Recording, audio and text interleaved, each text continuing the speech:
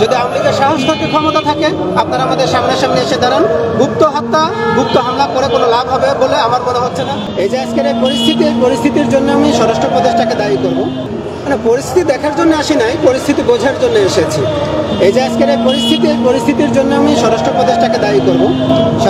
স্বরাষ্ট্র উপদেষ্টা মহোদয়, আপনি যা করতেছেন গত 1.5 বছর ধরে, আপনাকে আরেকটু সাবধান হতে হবে। আপনি এতদিন কিছু করেন নাই, যার কারণে আজকে আওয়ামী লীগের এত বাড়াবাড়ি, এই যে পতিত লীগের এই বাড়াবাড়ি আমরা দেখতেছি।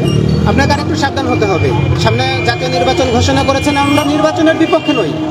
আমরা ঝামেলা, মানুষের জীবন নেওয়া, এই যে ককটেলবাজি করা, এইগুলোর বিপক্ষে।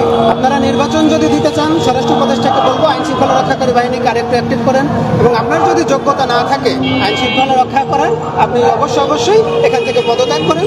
বাংলাদেশে আরো যোগ্য লোক খুঁজে পাওয়া যাবে। আজকে কি এখানে সারাদিন অবস্থানে থাকবেন কিনা? সেটা তো অবশ্যই।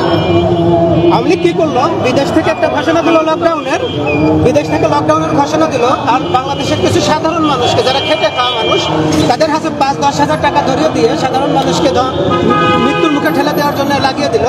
আর সাধারণ মানুষও কিছু টাকার জন্য আমাদের যেসব নিরীহ মানুষ আছে তাদেরকে মারার জন্য লেগে গেল। আর আমরা কি করলাম? রাস্তায় এসে দাঁড়িয়ে পড়লাম।